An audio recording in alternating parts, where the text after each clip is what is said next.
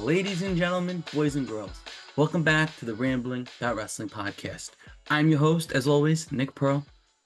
And today, let's just say one thing. Let's get one thing straight.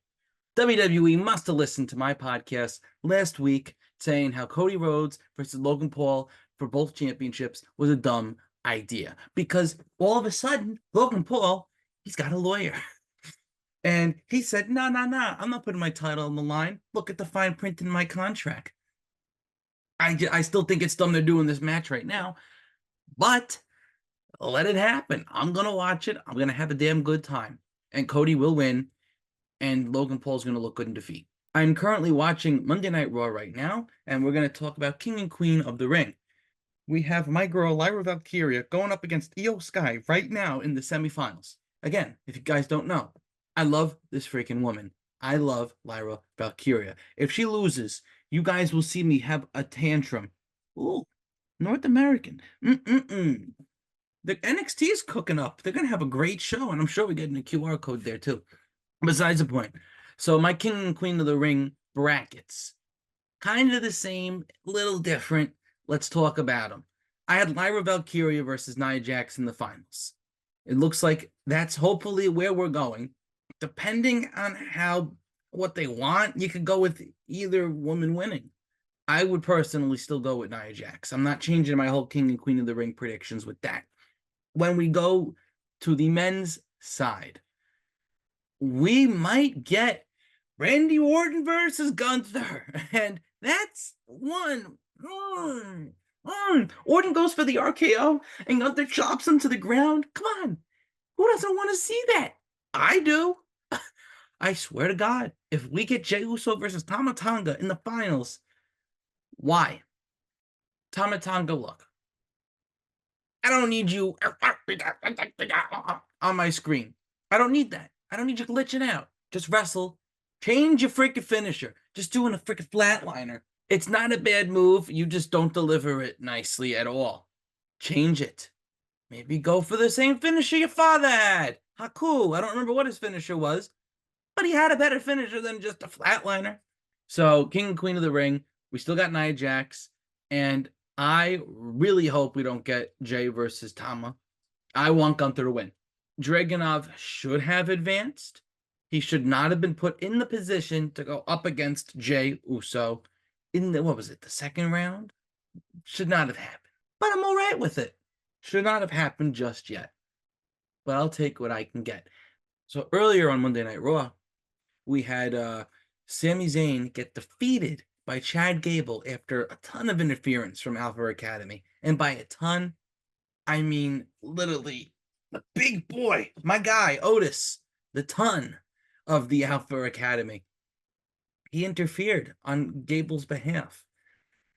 I like where the story's going. I love Gable.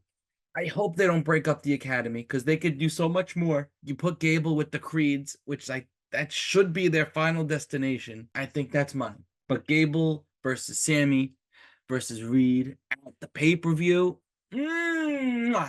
Chef's kiss. Chef's kiss can be so good.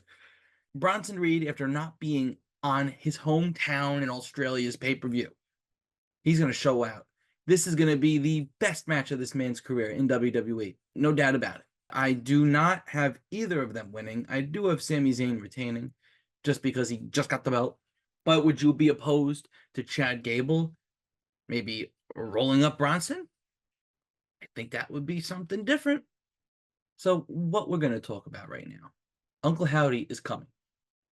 He will be here on Saturday. And if he's not, I don't freaking know. But I just downloaded WhatsApp. First, he had me go on Twitch. Now he's making me go WhatsApp. Something's going down. I don't know what. But what I do know, WhatsApp is what you use when you're in the United States and you got to contact somebody else in another country. So if we're going to Saudi Arabia, Uncle Howdy makes me get WhatsApp. We're getting a message from Saudi on the 22nd. 2 days.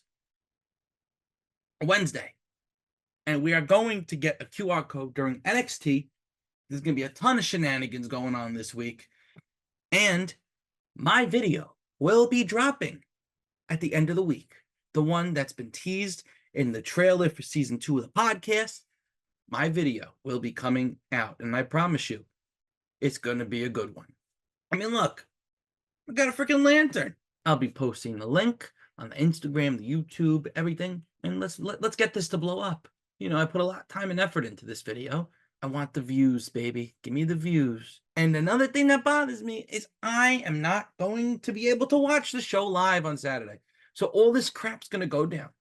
And I will be working, going home, waiting a few hours for Peacock to let the replay go live. So I'm going to be behind a little bit. It's going to mess me up. Please don't spoil anything for me. Please. It's going to be kind of a short episode today because we're going to have our big King and Queen of the Ring predictions episode coming later in the week. But something that I find very interesting, Mark Henry, his contract with AEW is going to be expiring. Mark Henry is going to be on his way out. Mark Henry is responsible for discovering talent like Jade Cargill, like Bianca Belair. He's discovered all this talent that's huge in WWE right now. I would love to see him as a manager. Right now, all they have him doing is backstage work for Rampage, a show that nobody really watches. On occasion, I'll turn it on. But he goes, well, it's been enough talk. It's time for the main event. Good for you, Mark. Good for you. How about we get you on Monday Night Raw? You got Bianca Belair, Jade Cargill, and Naomi as a trio. Why don't you call them the main event? It's time for the main event. And then them three come out. Why not? Instead of just calling them, I think they just call them the Big Three. What a creative name. But it's contract season. And I'm ready for people to start switching. You know, Becky Lynch's contract's about to expire as well. And she's a champion. Natalia's contract also going to be expiring shortly. I would love to see her make the jump to TNA. I think that's where she would be best utilized. What else we got on here? Oh, Braun Breaker. He looked like a freaking beast tonight on Raw. He just speared the hell out of Kale Dixon 3 times. And I'm pretty sure he clocked him in the head with a chair, even though he wasn't supposed to, when he had his head in between the stairs. Clocked him with the chair in the head. Great match up there. A nice squash match. If you're going to do it, this is the way to do it. It's also looking like another thing that I'm looking through on Twitter. I will be attending Bloodsport XI.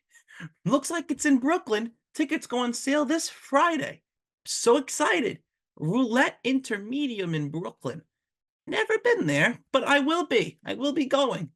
And this is going to be my first ever GCW show. And I'm very excited because I freaking love Bloodsport. Really fun. I'm sending this link out to people right now, so they know that we're going. So hype. And you better be ready for my video that's going to be dropping later this week. Again, I got my lantern. I got a ton of masks. This is going to be something you've never seen before. Not exactly high budget, but high creativity. And that's what I bring to the table. So thank you all for listening to this episode of the podcast. It's a little something for your palate to keep you going this week till I drop the King and Queen of the Ring predictions episode. I've been your host, Nick Pearl, and I'll catch you all on Friday. Have a great week, everybody. Let's keep rambling. If you're feeling lonely today, come along and